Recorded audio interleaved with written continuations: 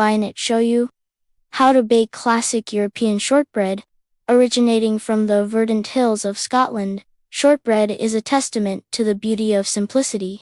Its name, short, refers not to its size but to its high fat content, which shortens the gluten strands in the flour, resulting in a wonderfully crumbly and tender texture. This classic biscuit, traditionally made with just 3 core ingredients: flour, butter, and sugar, has graced European tables for centuries, often enjoyed during holidays and special celebrations like Christmas and Hogmanay. While modern variations might include additions like rice flour for extra crispness or flavorings such as vanilla and citrus zest, the soul of authentic shortbread lies in its pure, buttery essence.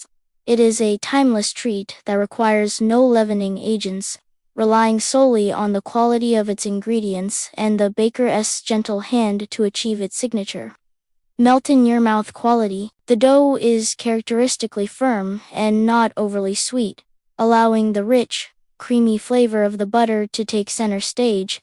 Today, we're diving into the heart of European baking to master this beloved classic, crafting a biscuit that is both elegantly simple and profoundly satisfying. To begin our shortbread journey, we'll first gather our essential ingredients, ensuring each is of the highest quality to produce the most exquisite flavor. You will need 250 grams of unsalted butter, softened to room temperature.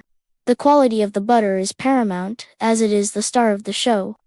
A European-style butter with a high fat content will yield the richest taste and most tender crumb. Next, measure out 125 grams of castor sugar, also known as superfine sugar. Its fine crystals dissolve more easily into the butter, creating a smoother, more uniform texture without any grittiness. We will also need 375 grams of all-purpose flour. For an even more authentic and delicate texture, you can substitute 50 grams of the all-purpose flour with rice flour or cornstarch, which helps to further inhibit gluten development and enhance the shortbread's characteristic crumble. A small pinch of salt, about half a teaspoon, is also crucial. It may seem minor, but salt is a flavor enhancer that will balance the sweetness and bring out the rich nuances of the butter, elevating the overall taste of your shortbread from good to truly exceptional. Now, let's bring these simple ingredients together to form our perfect shortbread dough. In a large mixing bowl, combine the softened unsalted butter and the castor sugar. Using an electric mixer on medium speed or a wooden spoon and some elbow grease, cream the butter and sugar together until the mixture is light, pale, and fluffy. This process, which should take about 3 to 5 minutes, incorporates air into the mixture, which is essential for achieving a light texture in the final bake. Scrape down the sides of the bowl periodically to ensure everything is evenly combined. Once the butter and sugar are perfectly creamed, it's time to introduce the dry ingredients. Sift the all-purpose flour and salt directly into the bowl with the creamed butter mixture.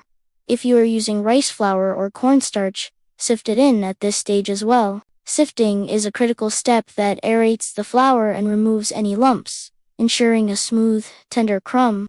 Begin mixing on a low speed or with a spatula until the flour is just incorporated and the mixture starts to form a soft, cohesive dough. Be very careful not to overmix. Overworking the dough will develop the gluten in the flour, resulting in tough, hard biscuits instead of the desired crumbly texture. The dough should just come together, appearing slightly crumbly but holding its shape when pressed. With our delicate dough prepared, we move to shaping and baking. Gently turn the dough out onto a lightly floured surface and bring it together with your hands, kneading it just once or twice to form a smooth ball. Avoid overworking it.